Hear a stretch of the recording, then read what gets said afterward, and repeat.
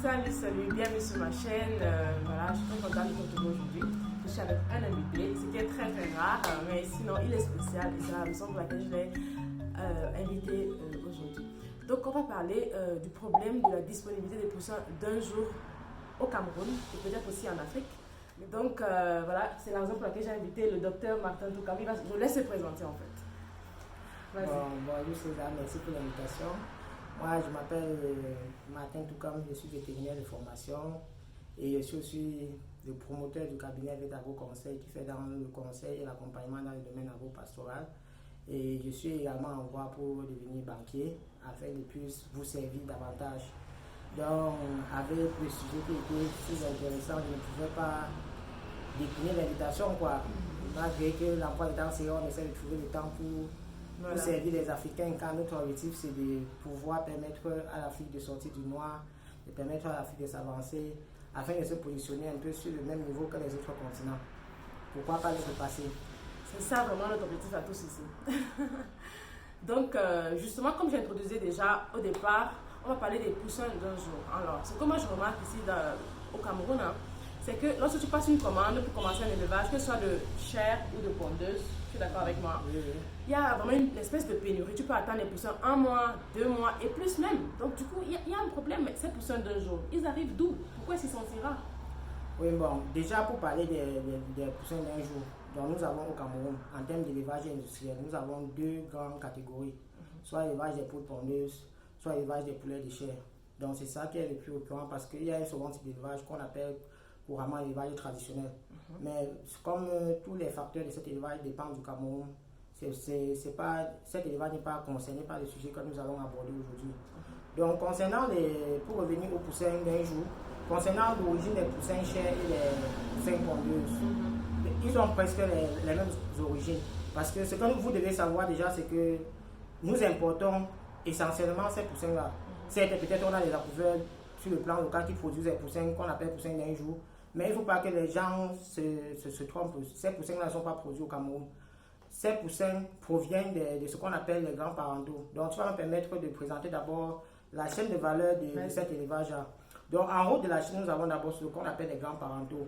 Et ces grands parentaux-là sont issus d'une sélection génétique et une amélioration génétique qui a vu le jour en Occident dans les années 30.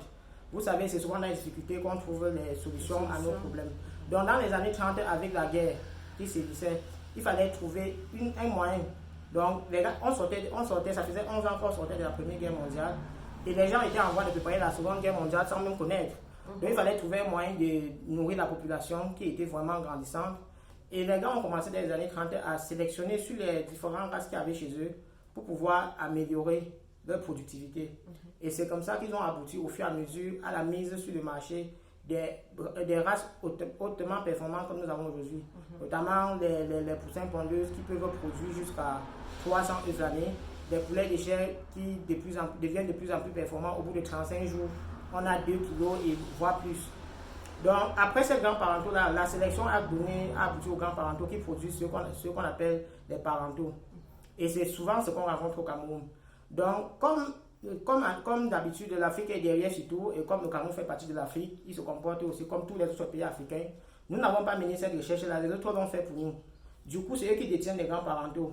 Chaque fois, nos éleveurs ou nos accouveurs doivent partir s'approvisionner sur les œufs ou les poussins issus de ces grands parentaux-là, ces poussins-là qu'on appelle les parentaux, pour venir les élever et obtenir ce qu'on appelle maintenant les parentaux qui vont produire les œufs qu'on va incuber pour avoir le poussin d'un jour.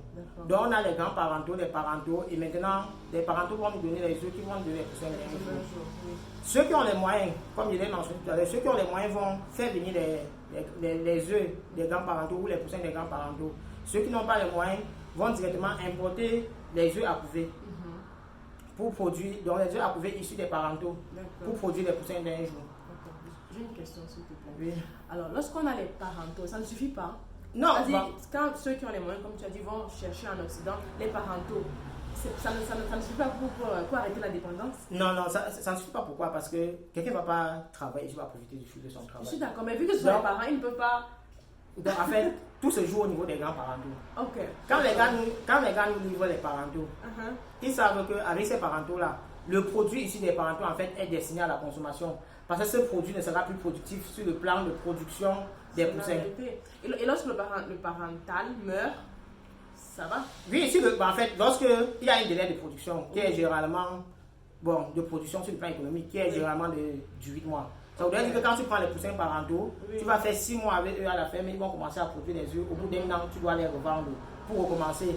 Et étant donné que c'est un peu comme les semences améliorées en agriculture, étant donné que tu as fini le cycle de production, il faut rentrer encore t'approvisionner. Bon, ce qui fait que quoi? Pour ceux qui prennent les parentaux, pour nous mettre les difficultés, c'est simple. On dit que bon, on ne dit pas que les parentaux au Cameroun, les parentaux au Cameroun, on n'aura plus rien sur le marché. Et là, vous comprenez que c'est la famine directe parce qu'aujourd'hui, même quand on évalue la consommation nationale en termes de poulet, les statistiques qu'on nous donne sont plus pour les poulets de chair et pour les œufs de consommation. Donc, les statistiques qui concernent la consommation de viande de poulet et des œufs. Donc, ça, c'est d'abord le premier problème. Et le Cameroun fait partie des pays membres de l'Office international des épizooties ou Organisation internationale de la santé animale, qui c'est cet organisme international qui régit les règles en termes du programme sanitaire ou de la gestion sanitaire dans le domaine de l'élevage. Donc, depuis 2016, on a eu un épisode de grippe aviaire au Cameroun en 2016. Et quand il y a un épisode de grippe aviaire, la biosécurité à l'échelle internationale essaie d'être isolée pour éviter que les produits sortent de ton territoire pour contaminer les autres territoires ou que les produits entrent sur ton territoire. Ce qui fait que le gouvernement camerounais, pour respecter les chartes qu'ils ont signées avec l'Office international des épizooties, ont interdit pour un moment l'importation des parentaux ainsi que des œufs à couver. Parce que nous avons mentionné que si tu n'as pas l'argent pour importer les parentaux et les élever, tu peux importer directement les œufs. Ce qui fait que pendant un moment, ceux qui étaient en fin de cycle de production n'ont pas eu l'opportunité de renouveler leur cheptel. Ce qui fait qu'on s'est retrouvé avec des difficultés pour avoir les poussins.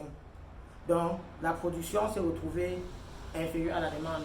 Le poussin qu'on achetait avant à 450, 475, 500 francs est passé à 600 francs jusqu'à aujourd'hui. C'est difficile de trouver quelqu'un qui vend les poussins au Cameroun à 500. Le plus gentil vend à 550. Donc, ça c'est le premier problème. Donc, le premier problème était dû à la grippe aviaire.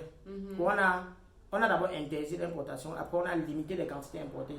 Donc, on te dit comme bon, tu viens par exemple, tu vas importer 100 000. On dit comme bon, maintenant, on doit réduire tes quantités, tu dois importer 50 000. Souvent, je ne sais pas si nos autorités, avant de prendre ces décisions-là, tiennent compte de la demande nationale. Ce qui fait que ça nous a mis dans cette situation-là. Après, ça, c'est le premier problème. Le second problème, c'est au niveau de la production même des poussins. Avoir les parentaux n'est pas suffisant. Il faut bien maîtriser surtout les 6 premiers mois d'élevage. Parce que ce sont ces 6 premiers mois-là qui déterminent la carrière de production de ton cheptel.